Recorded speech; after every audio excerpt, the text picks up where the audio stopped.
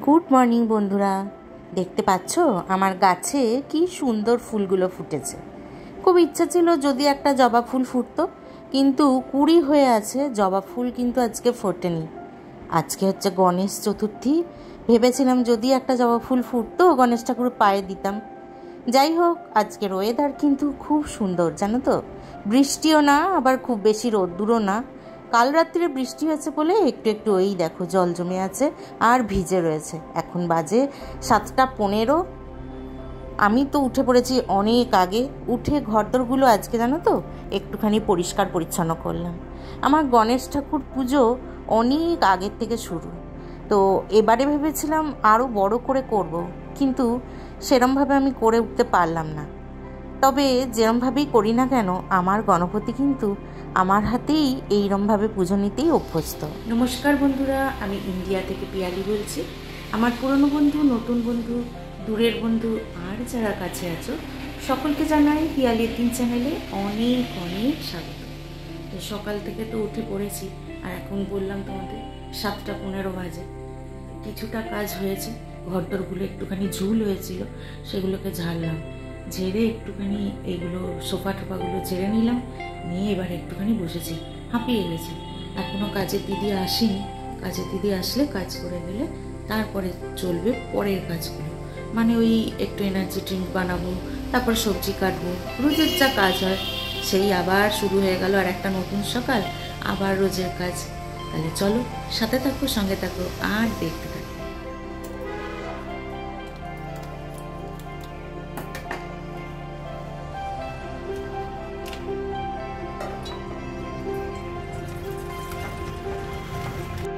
রোজের কাজ যেমনই হোক না কেন বন্ধুরা, আজ ছিল কিন্তু একটা আমার স্পেশাল দিন। আজকে যে গণেশ চতুর্থী, আমার গনুর আজকে পুজো করতে হবে। আমি তো রোজই পুজো করি, কিন্তু আজকের পুজোটা ছিল স্পেশাল পুজো। যাই হোক, কী করব না করব আগের থেকে তো অত প্ল্যান ছিল না, কিন্তু এবারে ভেবেছিলাম জানো তো একটু ভালো করে করব, কিন্তু সেরকম তো করে উঠতে পারিনি। যতটুকু পেরেছি ততটুকু দিয়েই আমার গণেশ ঠাকুরের পুজো করেছি আমি। সকালবেলা আগের এই দিকের কাজগুলো সেরে নিলে মন দিয়ে আমি একটু তার পুজোটা করতে পারবো আর কি, সেই রকম ভেবে আগেই চলে এসেছি দেখো রান্নাঘরে। দুধটা তো জাল দিতে হবে, বাটি ফাটি সমস্ত কিছু মেজে দিয়ে গেল দিদি, তাই জন্য এবার আমি বসিয়ে দিয়েছি দুধটা।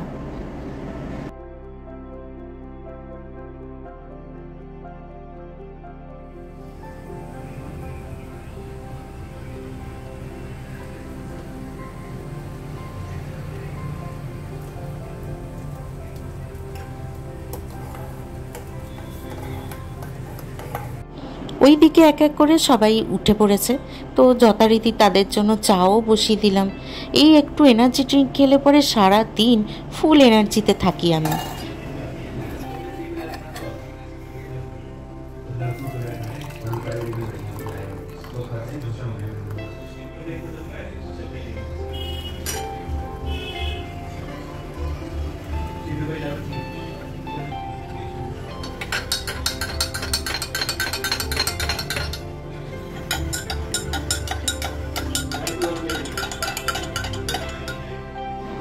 কালকে মোটামুটি যা যা কেনার সেগুলো ব্লিঙ্কিট করে কিনিয়ে নিয়েছিলাম, কেননা তোমাদের দাদা বাড়ি ছিল না, সে ডিউটি গিয়েছিল, আর ছেলেও বাড়ি ছিল না, সেও এসছে কালকে। তো ওই জন্য আমি একা একা কোথায় যাব, চিনিকে রেখে বাইরেতে বেরোতে হয়নি। আমি ব্লিঙ্কিট করে সমস্ত পুজোর যাবতীয় যা যা জিনিস লাগে সেই সব জিনিসগুলোকে কিনে রেডি করে রেখে দিয়েছিলাম। হ্যাঁ, চলে গেছে।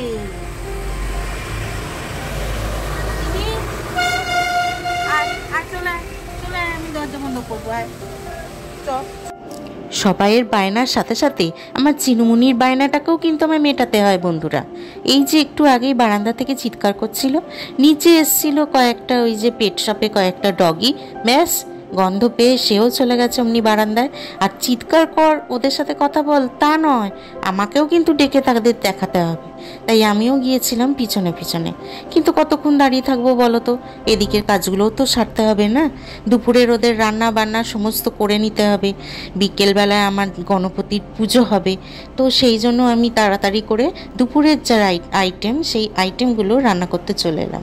আজকে দুপুরে সেরকম কিছু বানাবো না, একটুখানি থোর ভাজা করব, আর করব পাবদা মাছ এনেছিল সেই মাছের একটু রসা মতো। তো তোমাদের সাথে সেটাই শেয়ার করি। এইদিকে বসিয়ে দিয়েছি ভাত, আর ওইদিকে আমি বসিয়ে দিলাম সর্ষে আর শুকনো লঙ্কা ফোড়ন দিয়ে থোর।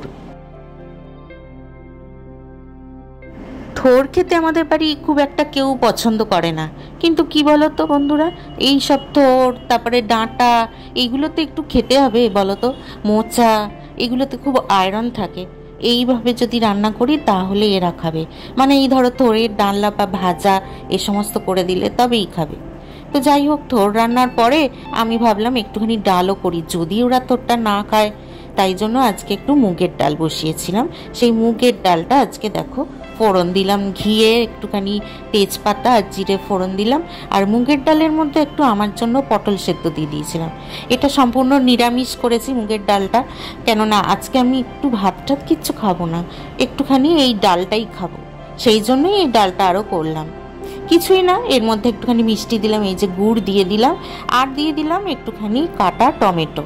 ব্যাস তৈরি হয়ে গেল কি সুন্দর মুগের ডাল।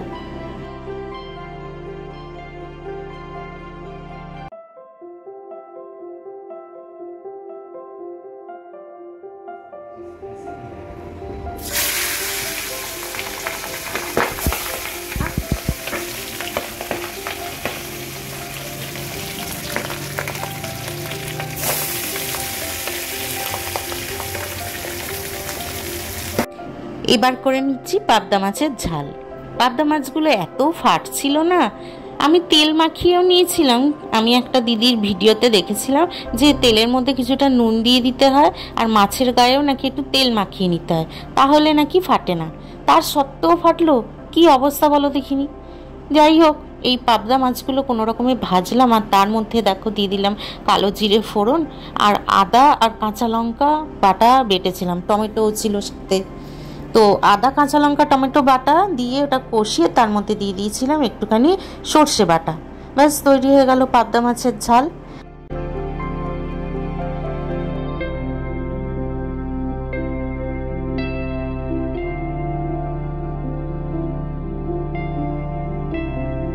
জানো তো বন্ধুরা, তোমাদের সাথে একটা জিনিস আজকে শেয়ার করি।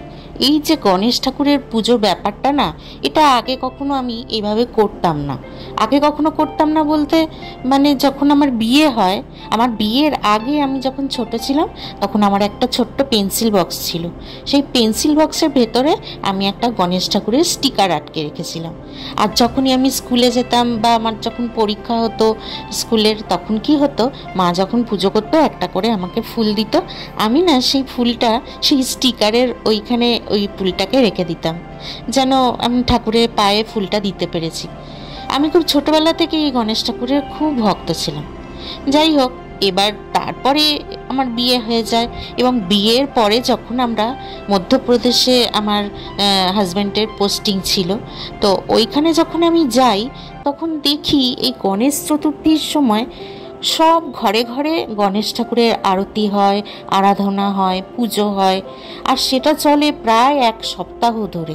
মানে গণেশ ঠাকুর আসে আর এক সপ্তাহ ধরে তার পুজো অর্চনা এগুলো চলে। তো এইটা দেখে আমার খুব ইচ্ছা হয় যে আমিও এরকম ঘরেতে গণেশ ঠাকুর আনবো, আর আমার ঘরেতেও এরকমভাবে আরতি হবে, গান বাজনা হবে। আমার খুব ভালো লেগেছিল। মানে ওখানকার বাচ্চারা প্রত্যেকে ঘরে ঘরে সন্ধেবেলা যেত, আর খুব আরতি হতো, আর সেই সব ঘর থেকে ওদেরকে লাড্ডু দিত, প্রসাদ দিত। যার যেরকম ক্ষমতা হতো ওই 7 দিন ধরে তারা ওরকম প্রত্যেকে ঘরে ঘরে যেত আর এরকম আরতি করতো। তো ওইটা দেখেও আমার খুব ভালো লেগেছিল বলে আমি তোমাদের দাদাকে বলেছিলাম যে আমিও না এরকম করব। তখন তোমাদের দাদা বলল, এবারে তো আর হলো না, ঠিক আছে, এর পরের বছর থেকে তুমিও করবে। এই যেই পরের বছর শুরু হলো আমার এই পুজো, আমি এই পরের বছর থেকে ওই বাচ্চারা প্রত্যেকে আমার ঘরে আসতো। আমি এত খুশি হয়েছিলাম তোমাদের বলে বোঝাতে পারবো না, কি যে ভালো লেগেছিল। প্রায় 10-12টা বাচ্চা এক সুরে অত বড় গণেশ চতুর্থীর যে ভজনটা, জয় গণেশ জয় গণেশ জয় গণেশ দেবা, এই যে ভজনটা, এটা এত সুন্দর করে ওরা গাইতো। আমার পুরো ঠাকুর, ওখানে একটা ঠাকুরঘাট ছিল ছোট্ট মতো, সেই ঠাকুরঘাটটা যেন জল জল করতো। তোমাদের না মানে না দেখালে না তোমরা বিশ্বাস করতে পারবে না, এত অপূর্ব হয়ে যেত আমার ঠাকুরঘরটা ধূপ ধুনোর গন্ধে। আর অত সবাই মিলে এত সুন্দরভাবে ভজনটা করতো, আমার খুব ভালো লাগতো। এবং আমি তখন ওই ভজনটা শিখেছিলাম ওইখানে, তবে আমি পুরোটা তো জানি না। ও তারপরে এখন তো সব ইউটিউবে বেরিয়েছে, এখন তো সেইগুলো দেখি শুনি। যাই হোক, ঠিক তারপর থেকেই আমার সেই যে শুরু হলো গণেশ পুজো বন্ধুরা, আজ অবধি আমি এই পুজো কন্টিনিউ করেই যাচ্ছি। যতটুকু পারছি, যেভাবে পারছি, যেরকমভাবে আমার সামর্থ্য হচ্ছে, আমি চেষ্টা করি ওই 7 দিনই গণেশ ঠাকুরকে পুজো করা। মানে এখানে তো অত দিন ধরে কেউ করে না, কিন্তু আমি যেহেতু ওখান থেকে এটা শুরু করেছি 7 দিন ধরে করার, তাই এই 7 দিন ধরেই আমি এই গণেশ ঠাকুরের পুজোটা করি। গণপতে নমঃ, সৃষ্টি বিনায়ক নমো নমঃ, অষ্ট বিনায়ক নমো নমঃ, গণপতি বাপ্পা মোরিয়া। ওম গণপতে নমঃ, সৃষ্টি বিনায়ক নমো নমঃ, অষ্ট বিনায়ক নমো নমঃ, গণপতি বাপ্পা মোরিয়া। ওম গণপতে নমঃ। আজ আমার ঘরে আমার গণপতির প্রতিষ্ঠান হলো। এই আজ থেকে টানা 7টা দিন আমি এনার পুজো দিয়ে যাব। যতটুকু পারবো, যেভাবে পারবো, আমি আমার সামর্থ্য অনুযায়ী ওনার সেবা করে যাব। আজকে ভিডিওটা কেমন লাগলো বন্ধুরা, তোমরা অবশ্যই কিন্তু একটু কমেন্ট করে জানিও। এই কদিন ধরে আমি ভিডিও দিতে পারিনি, একটু অসুবিধায় ছিলাম, শরীর গতিক ভালো ছিল না। আজকে আমার শরীর খুব ভালো হয়ে গেছে, মনও খুব ভালো হয়ে গেছে। আমার গনুর পুজো দিতে পেরে আমি আজকে খুব খুশি, জানো তো। আজ তাহলে আসি, দেখা হবে আবার আর একটা ভিডিও। চলে আসবো নতুন আর একটা ভিডিও নিয়ে তোমাদের কাছে। তোমরা সবাই ভালো থেকো, তোমরা সবাই সুস্থ থেকো। আজ তাহলে আসি, কেমন? টাটা।